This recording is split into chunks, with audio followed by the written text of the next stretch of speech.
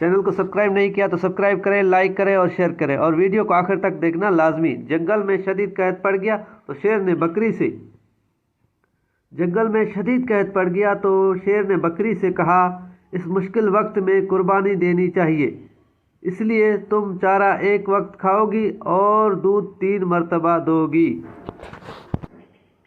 बकरी बोली कि बादशाह सलामत, हमेशा मैं कमज़ोर गरीब ही कुर्बानी देती हूँ, इस मर्तबा ताकतवर भी कुर्बानी दे।